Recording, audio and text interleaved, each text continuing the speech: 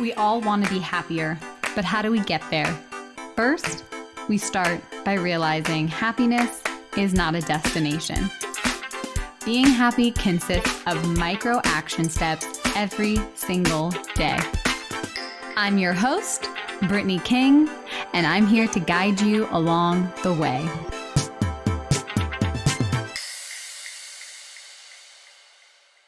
Hello, my friends, and welcome back to the Positively Real podcast. I couldn't hit record fast enough. I have such a special guest with me today. And before we hit record, we were just kind of talking about synchronicities and how she came into my awareness in a way that is perfectly aligned. And so I'm really excited to have Judy Greenfeld on the show. Judy is a concierge rabbi and cantor and a lifelong entrepreneur and co-author of 2 books that integrate ancient wisdom with contemporary personal development practices. I cannot wait to learn from you, Judy. This is like such a divine conversation we've already been having before we hit record. So welcome to the show. Thank you. I'm just as excited. And I feel that I found a kindred spirit that I can, find out about and also share the wisdom that I learned along the way. And it is so important that we share this wisdom because this is how it gets passed down from generations to generations. So why don't we start with, your background, the books that you wrote, the community that you founded. I just want to hear all of the things. Okay, well, it's a long story that I'm going to try and make shorter, but I have always been a seeker. And I think that my consciousness blasted open when I was 16 and my father was murdered. And I'm not telling you this for you to go, oh God, but it really was an opportunity. I see it now, but I really had a moment where I was flying on the airplane coming back because I was at a camp reunion, and I literally heard this voice say to me, "It's going to be okay." And this warmth just passed right through me. And it was like I got really grounded, and I knew that I would be okay from that's, and that changed me. Now, I always attracted people who were also seekers, who looked at things in a deeper way, and not materialistic. I grew up in Cleveland, Ohio, and that is a place where there is a different mentality. It's not like Los Angeles. Good homegrown values and all of that. Very small Jewish community. So it gave me a chance to experience diversity and different kinds of religions, because I always would talk to my friends about that who were Methodist. I actually learned more about Judaism at first from them. But going fast forward, I was very involved in the wellness community, in the beginnings of the wellness community. Something so cool is I just received my mastery in Reiki. I studied Reiki almost 30 years ago with my mother, who's 96. And when I was getting I was being kind of recharged with Reiki energy. I called my mother because I sat last weekend for 30 hours in this state of meditation and receiving, and she knew what I was talking about. She was like, that's so cool. And she knew about it because it's been around that long. And at that time, when I first learned it, energy healing and all those things, it was kind of, on the periphery. So I realized also through my physical body, because I was a professional dancer and I became a fitness trainer in my later years, I understood that there was an incredible wisdom that seeps through into my mind and into my spirit through physical training, I guess, through physical listening to my physicality, and becoming a professional in those areas, because I think that you can relate. Your body will tell you many things if you know how to tune in. And so I believe that all of that training kind of sparked a desire for me to know more psychologically, obviously, because that kind of happens.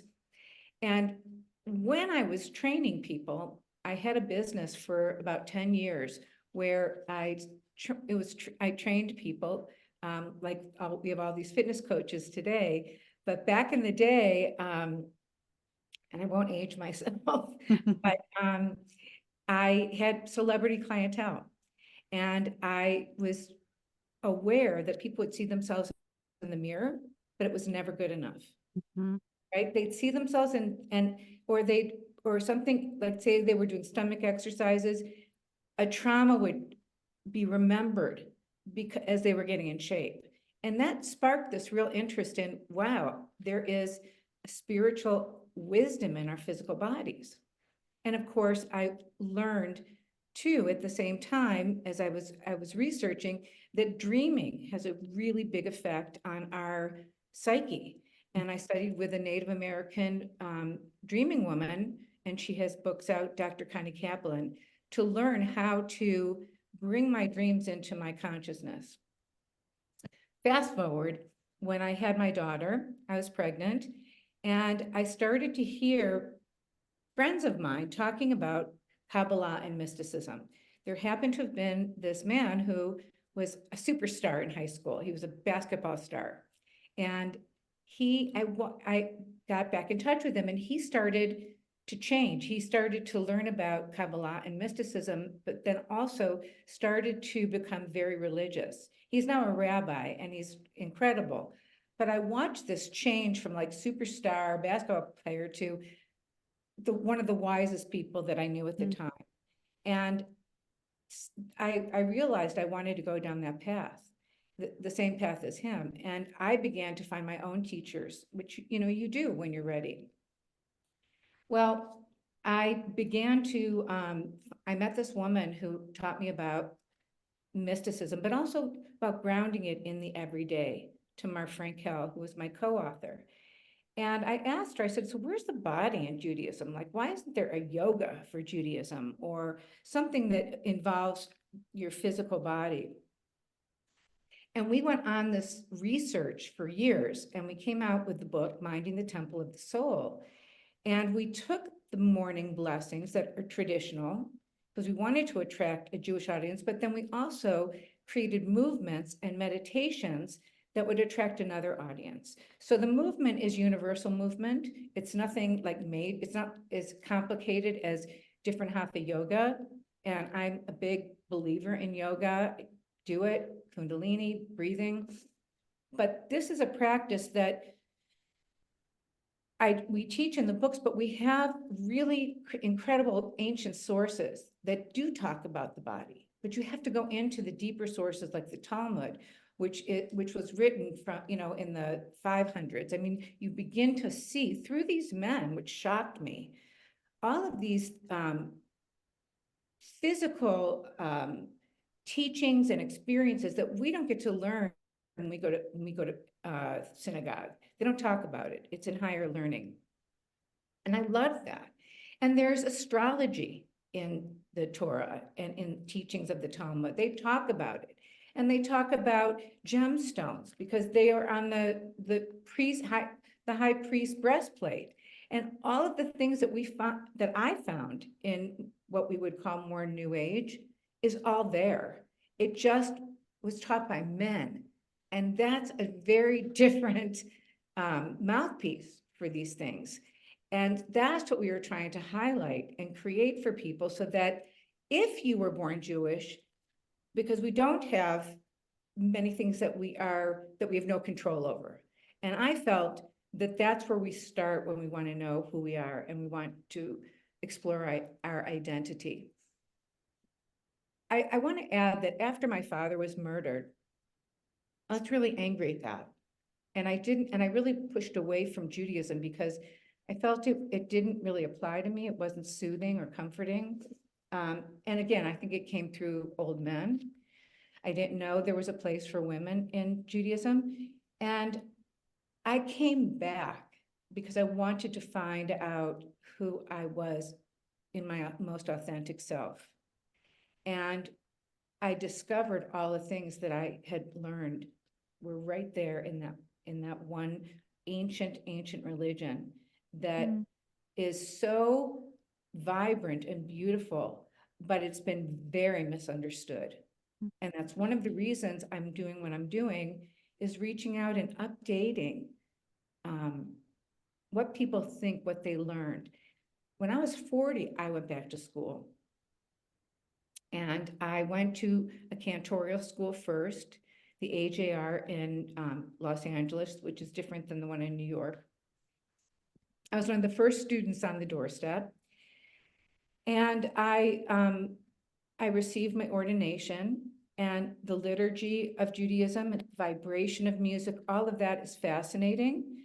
I started a congregation that I started with 10, and I made a promise to God, that if I had 10 and 10 more came, I'd keep going. And then we were up in the hundreds. Wow.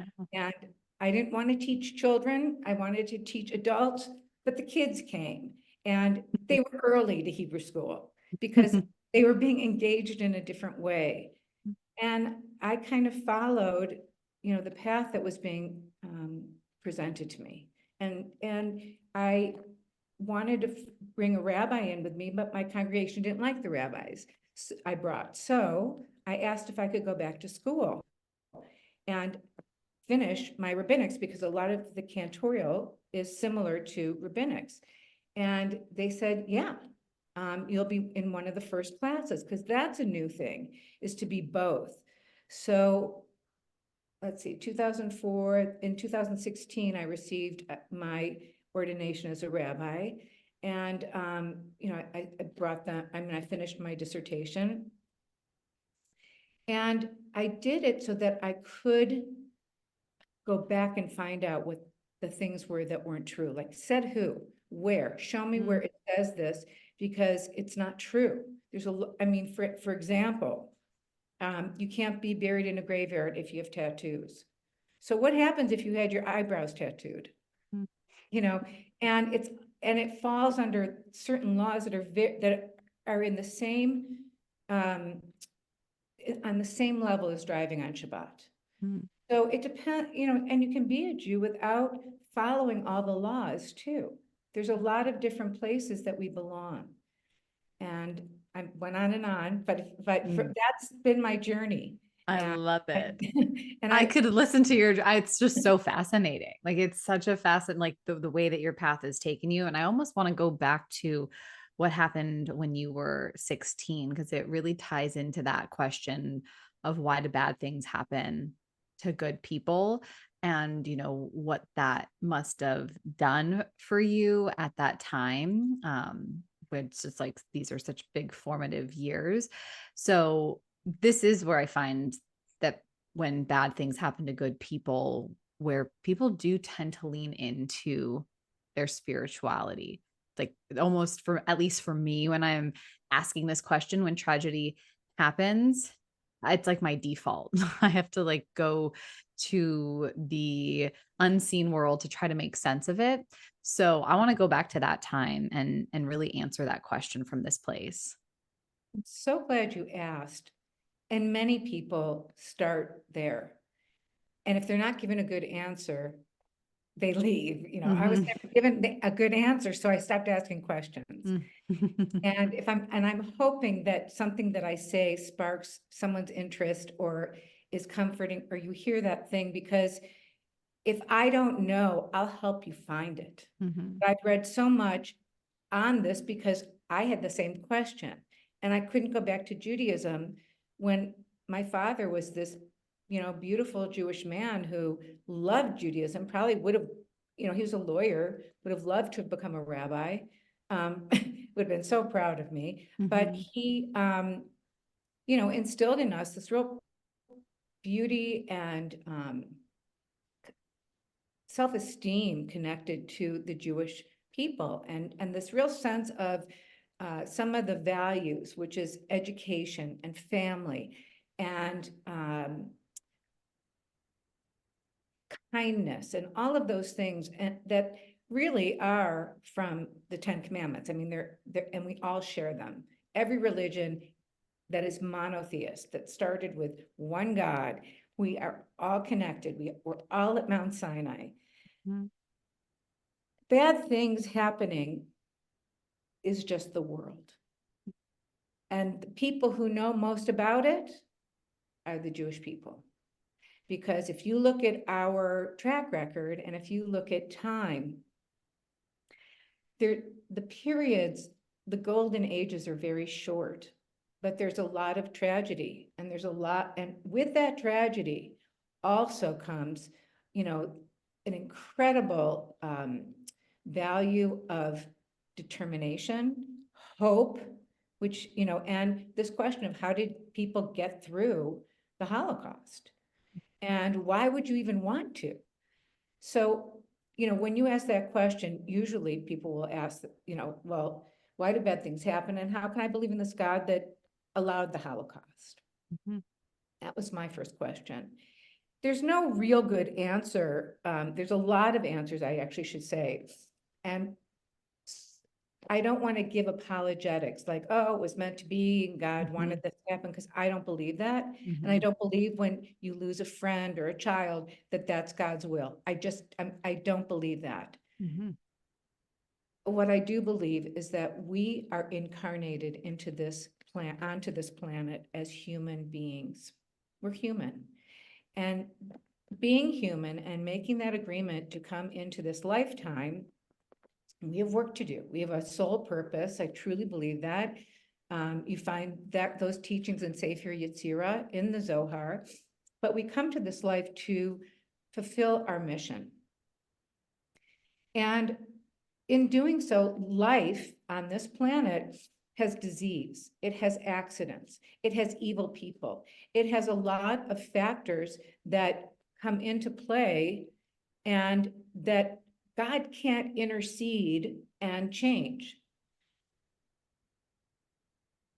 We saw, because we just all had Passover, God interceding. So it's very disappointing and very confusing. Well, if God made the Red Sea part and frogs and all those things, what happened? A very wise woman told me that God agreed to do that once, but then God was finished.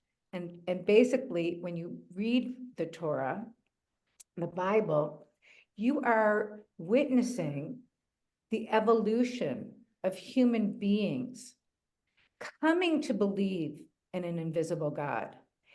And you're watching the evolution of God understanding humans. It's really beautiful. I mean, this is after years and years of study. I've seen this not as a history book, not as a science book, but as a way to understand the evolution of our consciousness. In the beginning, we needed miracles. In the beginning, God sounds very parental. There's punishments, there's, and you are a parent and going to be a parent again. So when you have a child, you have to put all these boundaries around, right? Because otherwise they'll put their finger in, into a light socket. And that's how God's perceived in the beginning, as don't do this, and here's the rules. And if you do this, then this is going to happen. And as the Bible continues, you see people praying to this God to make good things happen, to help them in war, all of those things. And sometimes they're helped and sometimes they're not. And you'll see it in King David's Psalms. God is in the courage.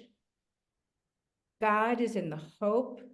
God becomes your coping mechanism.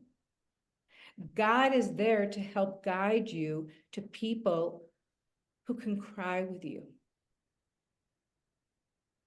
who can understand, because the godliness in the Holocaust is very hard to find. I actually went to Auschwitz twice. We brought the Cantors from the United States, many of us, and actually brought music there. But going to that land and that space was shocking to me, because I felt like, in America, we have money to travel and we all should be witnesses here. That it happened, that this is our ground zero. And I realized that that was evil incarnate. And that is human beings. That is not God.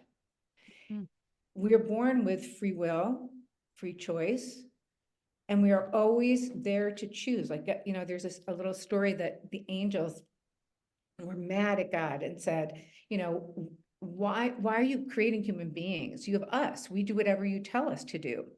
Because in the Jewish religion, there are angels, and they have one job. Like if you're an angel that is meant to be a messenger, and that's all you get to do. You aren't multifaceted. So the angels cried to God, and God said, all the more reason. Mm. Because because the angels were worried that God's heart would be broken. And God said, no, they'll have the choice. And every time they choose, my heart is full. You follow whatever I say. But if they turn to that light, to that vitality, I've succeeded. Mm. They wake up in the morning and we have a choice. And there's always forgiveness, and there's always a chance to start again or start from where you are. Harold Kushner wrote an incredible book about he's probably one of the first, why bad things happen to good people. He lost a son. And he said that God's not even in the equation. You know, he's the first one who said it is life. And he said, it just happens. None of us have insurance policies. Mm-hmm. Just because I'm a rabbi doesn't mean that I have an insurance policy that I'm good and only good things will happen. In fact, some really traumatic things have happened since I became a rabbi. A 30-year marriage ended. Right now, I'm sitting here having this conversation with you, and my son's in chemo, and my beautiful boy, and he's healing, and I am praying for him, and so are people all over the world. But it's the friends who are holding my hands, and you, and the new people that I'm meeting, that reminds me that there is a God, that there is godliness in the world. And it's not rose-colored glasses. It's the real thing. Mm. And so my ability to even speak to you and to rise above certain things in the world is godly. It's very Jewish. Like if I just lived in this, bubble and pretended that everything is happy and perfect, whatever, I'd be so insensitive, because our world, a lot is happening. Mm-hmm. So it's really taking in the truth and then elevating yourself through prayer, through education, through study, through conversations, to see that we have a bigger picture. Mm. There's more than the human eye can see. Wow, that's beautiful. And there's so many different things that you shared that I want to circle back to. But the thing that keeps coming up the most is that, like, the interconnectedness of all human beings, and being able to, when, the question, why do bad things happen to good people? It's like, actually, like, what comes through is the kindness and the compassion and the support of the people around you. And like, that's like the beauty of it, and people coming together in a way that they might not ever come together. It's such a,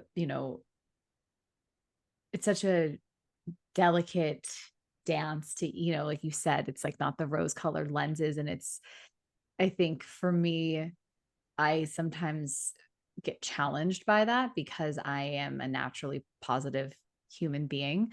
And I always try to find the silver lining, even on the cloudiest, the grayest of days. And I think what has allowed me to do that is by acknowledging the darkness, the evil, the things that aren't, fair and just, being able to allow that to be a part of the whole entire human experience. There's something else that you said that resonated with me, because I agree with you, of like, we make this agreement to come to earth, and we have a purpose, and there's a mission, and we forget our mission when we're born. And then a part of our responsibility as a human being is to, like, rediscover it, or like, follow that path. And every challenge and adversity and obstacle that you face is a part of that mission. It doesn't mean it feels good. I think that's also where people get confused, is like, oh, isn't your purpose supposed to feel good and light? And it's like, no, like, sometimes your purpose is to experience pain, so then you can alchemize that, transform it, and teach other people or help guide other people, which it sounds like that's been your soul's mission. So thank you for sharing all of that with me and the listeners. It's so beautiful. And I just, one of the things that I do love so much about Judaism, and just like, I love the stories, and then I love the lesson, like when you can get, like when you listen, there's just so, like, storytelling is so powerful. And I've always found that when I was younger, when we'd go to temple, like that was the thing that stood out to me the most, was like, here's the story, but here's the lesson that comes from it. And it's just so, it's like, it just resonates deeply within your body, into your soul. So, you mentioned this journey that you were on of, finding out where like the body exists within all of this work. And so I want to talk about the emotional pain, and how to process it through the physical body, especially as someone that has experienced so much pain in her life and is still be able to maintain this position where you can hold space for others, where you see the beauty, where you help others see the beauty. How have you found to process emotional pain through your own body? And then how have you helped others with that as well? So when I got divorced after 30 years, it was traumatic. And it traumatized me because I didn't know anything different. And I didn't believe that was going to be my future. And I had done so much therapy, years of therapy, which pissed me off even more because I thought I'm doing the work. I'm doing it. He wasn't, but that's a luxury you can't afford. You can't keep it. So because at the core of my soul, am a dancer, I'm still a dancer, I found a group who did somatic dance. They're called Dance Alive, and they're a group out here, and they have taught me how to process emotion through movement. And it's a real thing. And I didn't even know that word. I didn't know I was going through trauma. I didn't know to go to somebody who was somatic. I found out they were somatic years later. I just knew. And that's what I mean by your soul will talk to you and tell you. I went to this group. I knew my kids would think I was a weirdo. I didn't care. It was all younger people. I thought, what are you doing here? But I knew that was my way through. And it's a process of really building your intuition. And it's not movement like, you're making up a dance. It is going and learning how to go inside and make space for your feeling. Like, just create a space for that feeling. It's okay. Let the room fill it up. Okay, and go for it. Because we are trained to kind of push it away or talk it through or find the opposite. And you have to give it space because it's giving you information. And then what happens is it begins to dissipate once you've recognized it.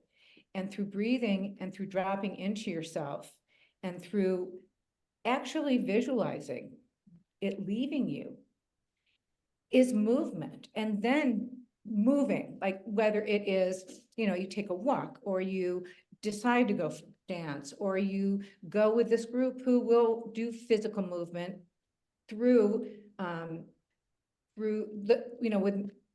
workshops that we would do. But movement is really the key. You can't stagnate with it. And you have the ability to direct whatever you're feeling. Most people let feelings direct them. And to turn that around, it isn't suppressing them, but it's actually having a conversation with them and pulling them apart or unwinding them. Or sometimes you don't even know what it is. You can't pinpoint it. And that's okay. You allow the energy to just release. I know that might sound kind of ethereal, but there's nothing like breath, which is what is somatics, that moves things through. And you actually can ask your body and go inward to spirit and ask for help.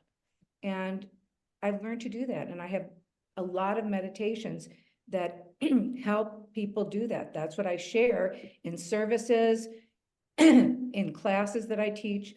It's a really important tool.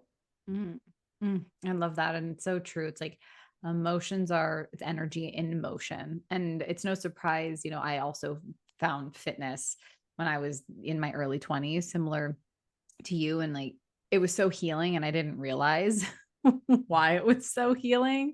And I still do, I teach cycling, and it's always been just such a release, without actually understanding why. But it's similar to that voice of like your soul's mission of like, you don't really know why, it's just telling you to do it. And I followed that voice to that place. And now the work that I do, I facilitate breath work, and I guide experiences to move emotion with the breath. So I love that that's also like your experience and your approach. And it's like, it does feel, it's very like out here, but it's actually all happening inside here. And when you give yourself the space to drop in, even the most skeptical human being cannot deny the shift that happens when you do drop in and you do allow that energy to move and transform within your body. Right. Because And it's true. see it, let go. It's real. Mhm. It's very real. I think a lot of it too comes down to like believing in it too. Like I think when we don't believe in it, we're trying to find reasons why that won't work. And so I always say, if you don't think it's gonna work, it's not gonna work. It's like anything. But if you do believe in it and you try, and like, or you're open-minded and you stay open to the experience, that's when that's when it has the potential to transform. Some of my favorite experiences when people come to my breathwork class, they don't know anything about it. Like a friend invited them, or they see what I'm up to and they're like, I want to see what Brittany's been doing. And they don't know any other context. And they come out of the breathwork and they're like, what was that? Like, what was that experience? I was like, you just released a lot of emotion. How did that feel? They're like, I feel 10 pounds lighter. So, it's so powerful. And, being able to experience that, I feel like is such a gift. And then you get to give that gift to other people because you've had the embodied experience of it. So I'm curious for you, like, what are kind of your three non-negotiables? Do you have like non-negotiables to take care of yourself, like mental health, spiritual health, emotional, physical, all the things? Well, you just mentioned, those are the non-negotiables is, checking in with myself. How's my body doing? How's my soul doing? How's my mind doing? How's my heart? It's, have I nourished them today? Like that's kind of in the, my personal checklist. The non-negotiables have become truth. I want the truth. And the truth, it's so important. I mean, we're filled with programs that are fake news or this or whatever, and we don't even know if the internet is giving us accurate information. Hmm. I think that one of the reasons when I went back to rabbinic schools, I really wanted to find out where this stuff came from. I wanted the source and to understand why things were set up the way they are. And there are great reasons, beautiful reasons. And it wasn't done by one person. It was done by courtrooms called the Sanhedrin, and caring about how people are treated. For example, there's this beautiful passage that says, if you cause whiteness to someone's face, it is as if you're murdering them. Hmm. And it's a metaphor for murdering their character if you Hmm. cause someone shame. Hmm. And it's powerful things like that that are so sensitive to how we treat each other. Mhm. Getting back to your question too, it's non-negotiable for the truth to be between people and trust. And that doesn't mean you're not going to experience, when you say those things, you will experience distrust. I mean, but at this point in my life, I've created those kinds of people around me. A non-negotiable is kindness. That if I'm taught gentleness and kindness, and never embarrassing somebody, that is a non-negotiable. You know, it's, and, you know, like you're saying, to be able to interpret for the highest good in a positive way. And even like it's a big thing in businesses right now and startups, like, are you a failure or not? Are you, you know, people, you know, take that on. And the reason I love Judaism is because there's no such thing as failure. Mhm. It's just, what's the lesson? What did Mhm. you learn? And how can you apply it to the next thing? Get moving, you know? Mhm. So, yeah, finding another human being to do something small for, simplicity. Something as small as just making eye contact, or, I don't know, this is kind of a funny one, but I changed the toilet roll thing. Like there was a time in my life where I got criticized for not changing the toilet roll. You know what I'm talking about? Oh, I know. So I made an agreement with myself that anywhere I go, if that toilet paper roll is empty, I put the new toilet paper roll on. When I do that, it's like I've moved a mountain. It's such a little thing. I made an agreement to kiss my mezuzah when I go into my house. And I don't do it everywhere, but I always do it when I enter my house. And the reason inside of that little scroll is the prayer Shema Yisrael. It's about love. And it gives me that beat before I go into my house to remember that I can just melt away any of the negativity. And my home is a home of love. And that I'm going to pass this threshold and I have a moment to put love into my home. Those little things are huge. And you just, you know, it's funny because you shared with me some of your Jewish past, and you told the most beautiful Hasidic story about coming into this lifetime that you're taught by, and it's beautiful. You don't even know about the fact that we forget, we are touched here, we forget, and we spend our lives remembering. And I love that. And Judaism is storytelling. The entire Bible is stories that embody the 10 Commandments.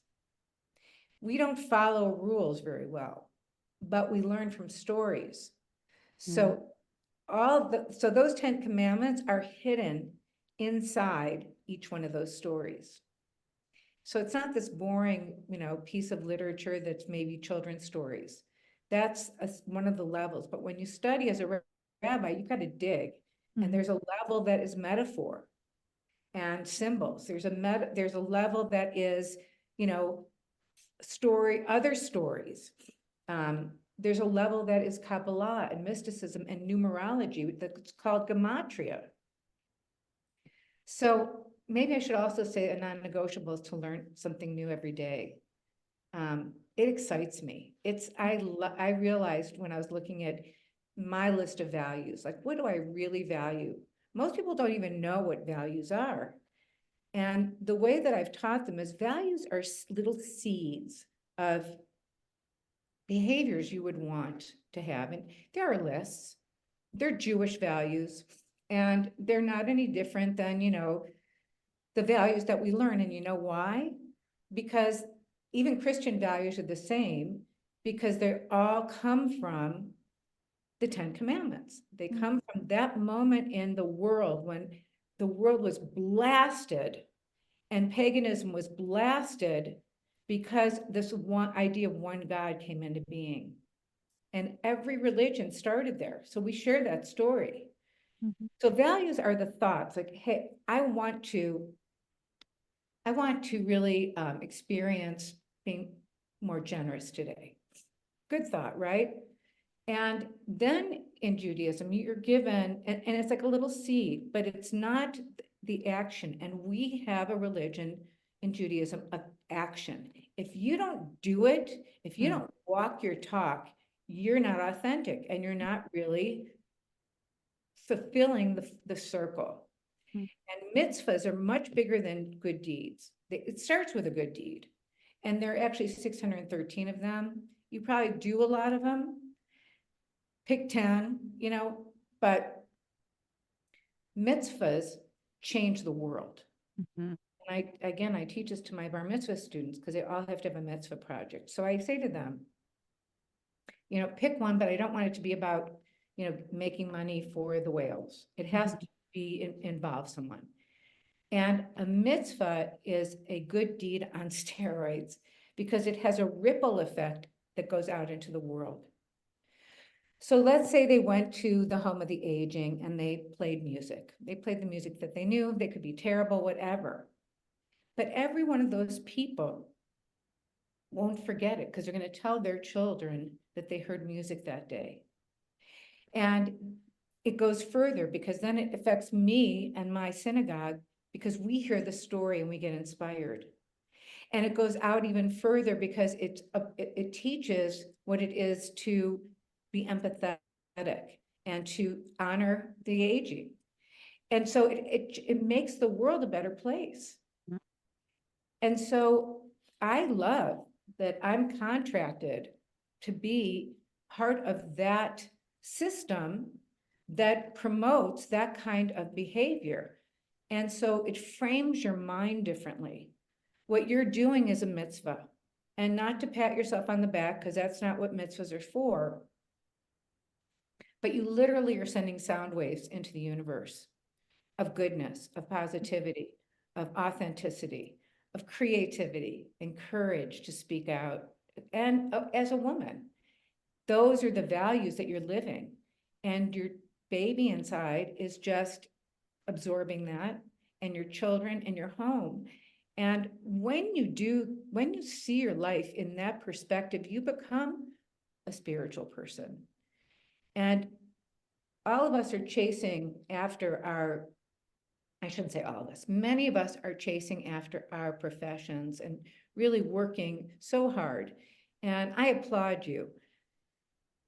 But a Hasidic teacher once taught, you're always running to the next thing. I was one of those people, so I'm saying this as something I learned. And this Hasidic teacher says, how do you know that success isn't running after you? Oof. That's so Right? good. I love that story. It's like it's almost like you're running away from it by You think it's chasing. out there, right? Right. Stop, because it's right there inside. It's right there inside of you. And I think like that is so beautiful and so true. And I feel like my own journey has kind of led me there too. Because before I had my daughter, I was very focused on my business and growing it and scaling it and all these things. And I was on that path. Like things were happening. It was great. But then I had a baby, and that was priority. And it shifted everything for me. And it's continuing to do as I enter this new season with baby number 2 on the way, and having these questions and asking myself, like, will you ever be satisfied? Like, what do you have to think about what's next? Like, it's all what you want is all right here. And I am constantly having to really like pause and check in with myself, because it's so easy to get back into that chasing mode of what's next. Okay, well, when I'm done with maternity leave, what's happening next? And for the first time really in my life, I've just allowed things to just be exactly where they are. I've always said things have kind of just come to me in a way. Like I never was the person who was like, this is going to be my career path. Like me becoming a coach and then all the things, none of that was planned. I've just followed. I followed the breadcrumbs. I followed the whisper. I followed, and it's been a part of my soul's evolution and my journey. And it's so interesting hearing you talk about all of this, and then in relation to Judaism. And I'm like, it's like it all makes sense, because there's so much of what you've shared, even down to like, there's no failures, there's only lessons. I share that and I teach that all the time. And it's always just been a part of me that's shared that. And it's interesting because sometimes I hold myself back because I feel like people know it. And I'm realizing that just because I have that inner knowing doesn't mean that other people do. And I have to remind myself of that, of like, oh, I don't need to share that today. Like, I don't need to send this message out there or like let people know that this is what's on my mind, because they already know it. And I know like that does a disservice of not being able to share those lessons. So there's just so many things that you've shared in this interview that have just like resonated. And it's funny because baby's been moving a lot in this whole interview, like a lot. I'm like, are you agreeing with this? Like, there's a lot. It's like been very interesting, just that like interconnectedness.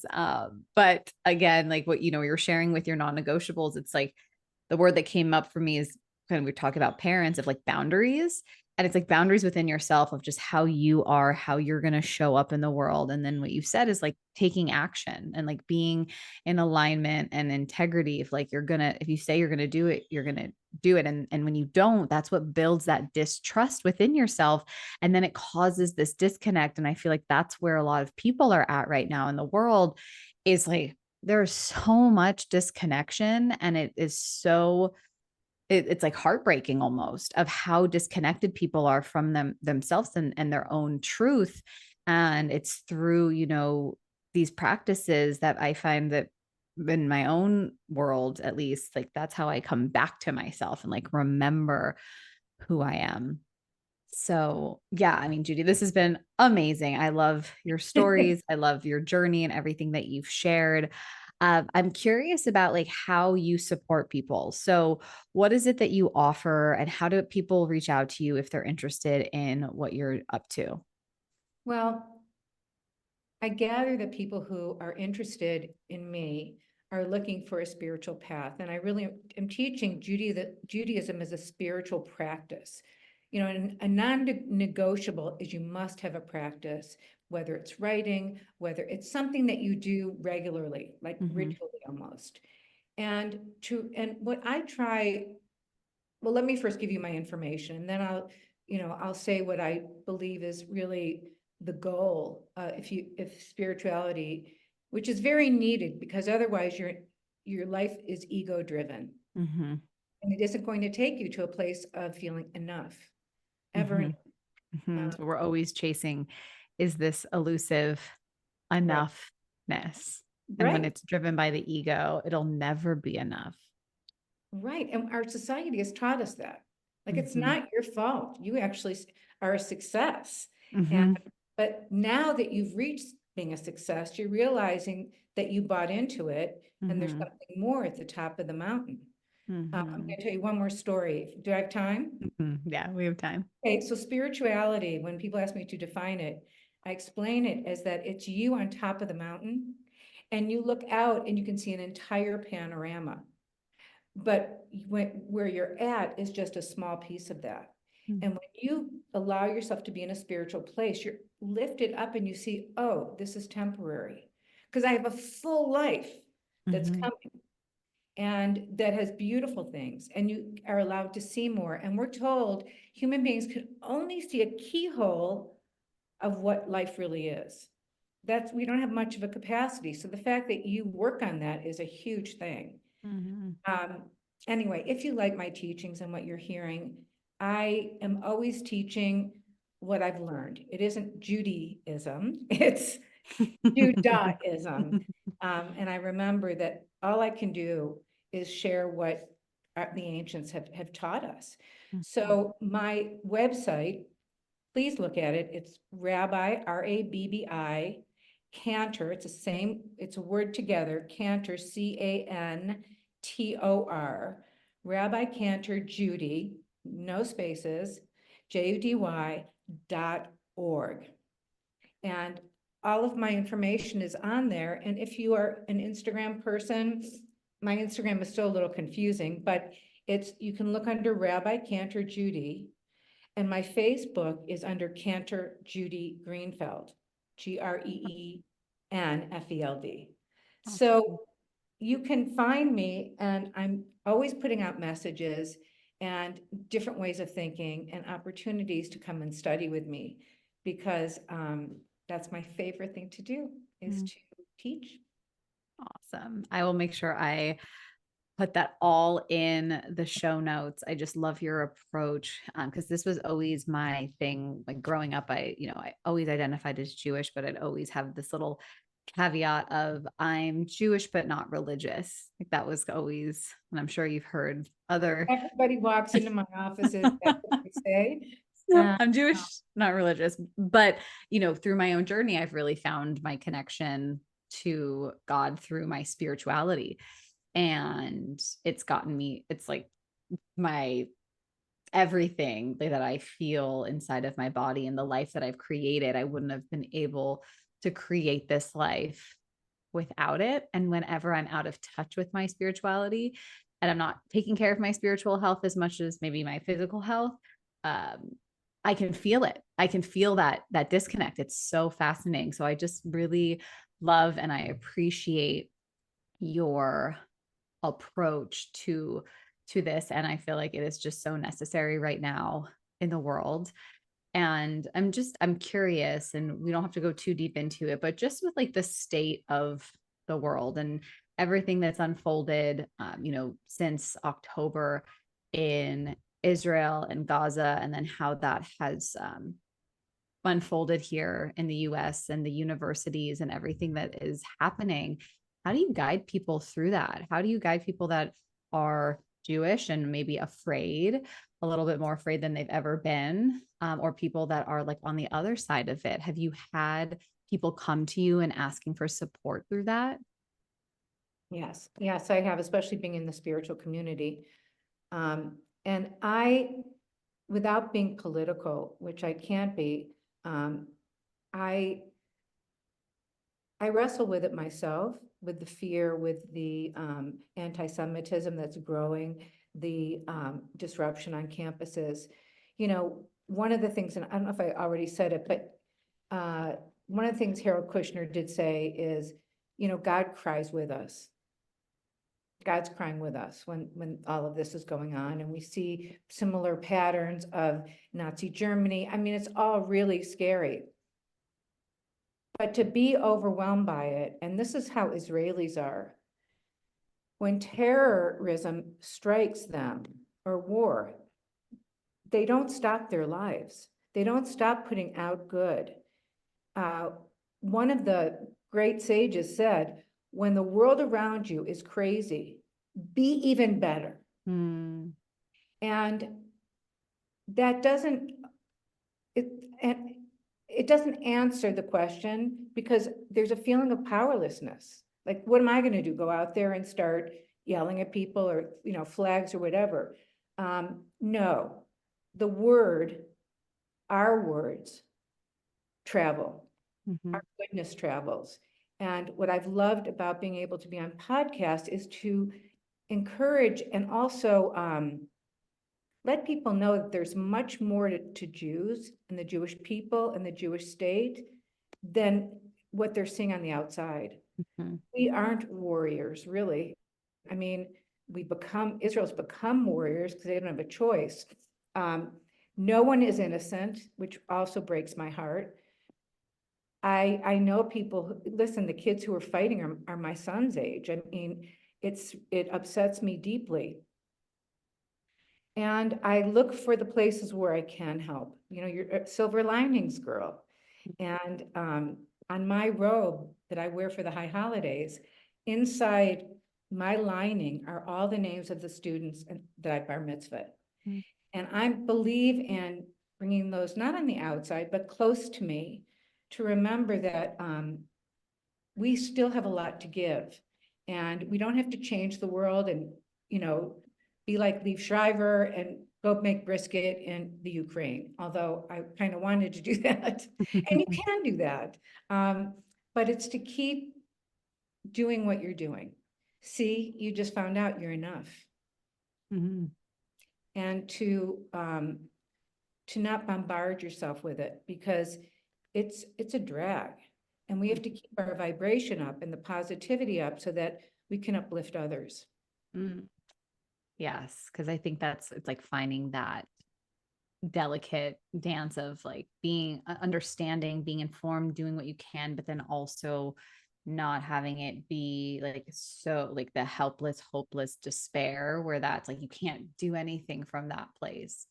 So I love that, like look for where you can. And then, I mean, my interpretation is like continue to take care of yourself so that you can show up and continue to do so and spread the messages that are so necessary right now to bring us all back to where we all came from, which is that like place of love and interconnectedness and humanness. Cause that's really, at least my approach is like humanness. We're all human beings navigating this world. Yes, So I want to say that I hope that this has sounded inclusive. This doesn't just appeal, or this is not just to a Jewish audience. I have many converts and also people who aren't Jewish in my congregation. And I love them because they're learning and I'm learning about them.